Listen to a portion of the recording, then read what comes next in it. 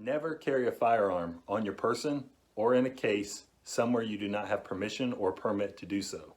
Never violate federal, state, county, city, town ordinances or guidelines regarding firearms, and definitely never disregard businesses' written or posted guidelines regarding firearms.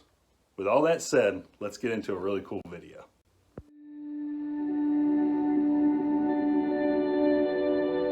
What's up, guys? I recently came across a really cool opportunity. I was looking at the dumpster at work and I saw this getting thrown away.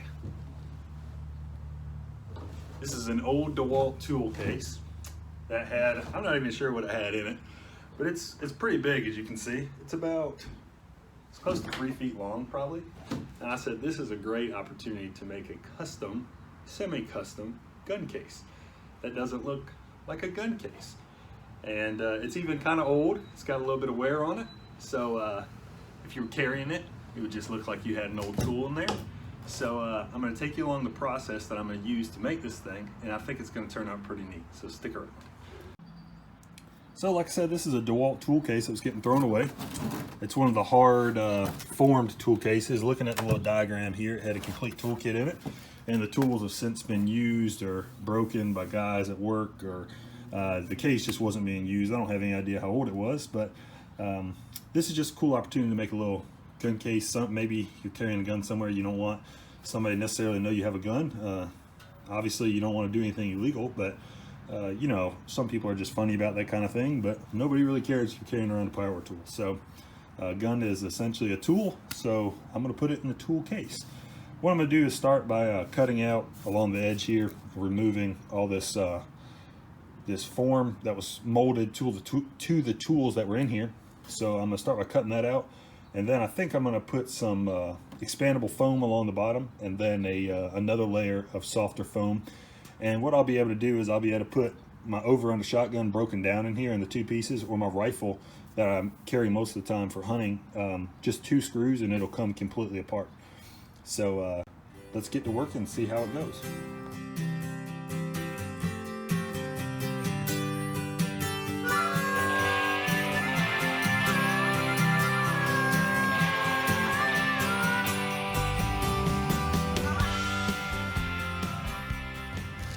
Alright guys, so what I did was cut all the way around the lip here on both sides, on this side too, and I'm going to try to just pop it out now. Hopefully it's going to just come out. Might have to get something a little more substantial.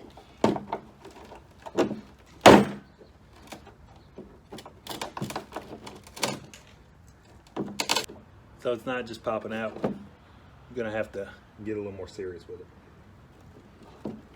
Alright, so it looks like these holes down here go all the way down and attach to the back side, so I'm gonna have to cut around them, pop it out, and then see if I can get those pieces out.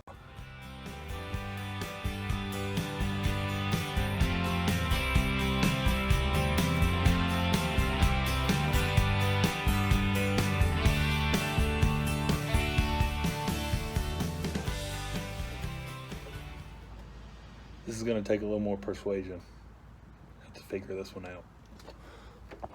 So I've been using my little jigsaw here and cutting out everything I can. I'm gonna have to get a sawzall and get some of these little places where it's attached. You can see this one actually popped off, and it's just like a little, it must be glued in there or something, but I'm gonna cut everything down as good as I can. It's coming along. It's gonna be a cool project. I'm excited to keep working on it. Borrowed a new tool to help me finish up gutting the inside of this thing today. It'll allow me to get down in the corners and everything. I should be able to finish this up kind of quick, and then I can go on to the next phase.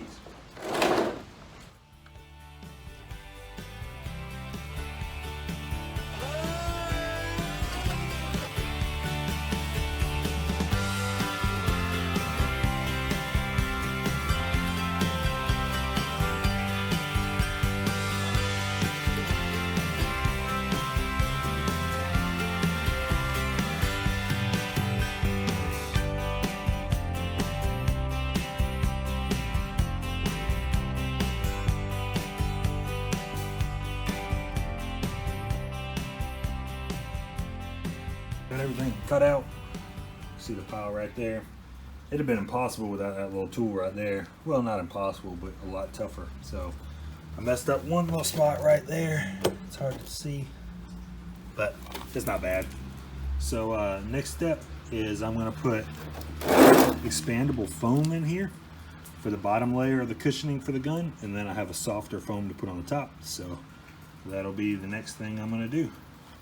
So if you're not familiar with expandable foam, you can pick this up at Home Depot or Lowe's or Walmart, about anywhere.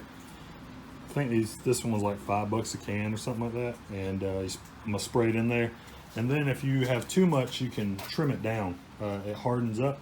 I've actually made a bow target out of this stuff before, and you can trim it down or do whatever you need to do. So this is just going to be the bottom layer of cushioning inside of the hard shell. Here's the first layer of great stuff. I tried to smooth it out, and that wasn't a good idea because it bunched up. Now I got a little hole, so I'll just fill those in and then put some on this side and let it harden and see how much it expands. And if I need to go get another couple cans tomorrow, I will. So just see how it goes. Well guys, amateur hour here. I forgot to hit the record button 2 times when I was putting the foam in there. So let me show you what it looks like. So there's the foam sprayed all in there.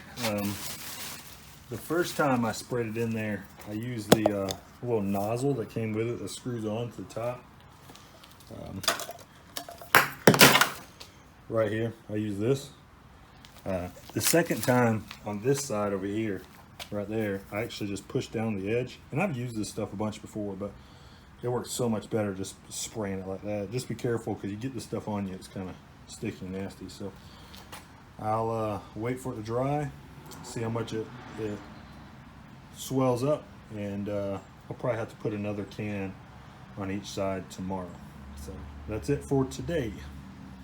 So this is going to be my padding inside my case. I still gotta put another layer or 2 of foam in there, expandable foam. So I'm gonna trim this down and might do a little bit of work on that here in just a second.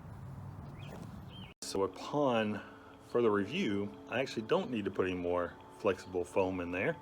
What I'm gonna do is use this spray adhesive and spray it all down through there and on both sides, and stick it in there, and then I'll pretty much be done. So I'll let you guys see what that looks like as I'm working on it, and it should be pretty cool. Almost done with it.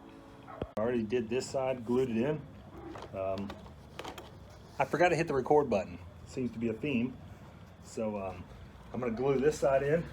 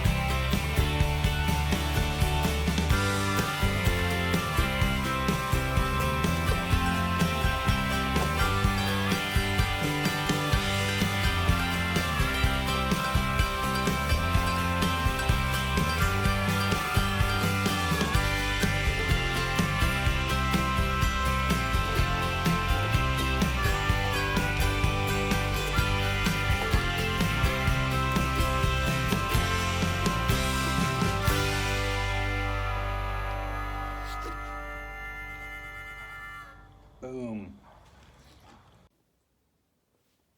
I'm here in my hunting room.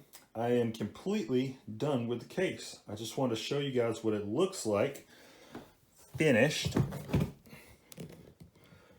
Turn it around like this, give you an idea.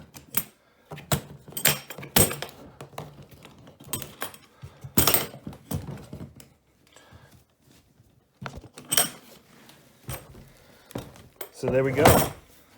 That's my hunting rifle, and it's just 2 real simple screws, and it comes completely apart. That's a Tikka T3. So everything fits in there perfect. I put it in there, walked around with it. It didn't move. Everything holds really well. I wouldn't necessarily recommend taking this on an airplane, even though it probably honestly would do okay. But definitely on a road trip, it works great. It's got plenty of padding. As you can see here, a lot of padding goes all the way down, and the same thing here. But it closes up super tight. I don't know. It works really well. I'm really impressed with it. I'm pretty impressed with this thing. It really wasn't very hard to make. It was a lot of fun. You could also do the same thing, you know, with like a drill case and make it to hold a couple handguns if you wanted to. I used 3 cans of like Flex, what's it called? Like the expandable foam, and they're like $4 a piece, so that's $12. And then the other part of the foam that was actually a bed egg crate was $16. So I'm into it about $27, $28 right there. And then I bought a can of that spray adhesive. That's $8 or $9. So I'm in it like $33.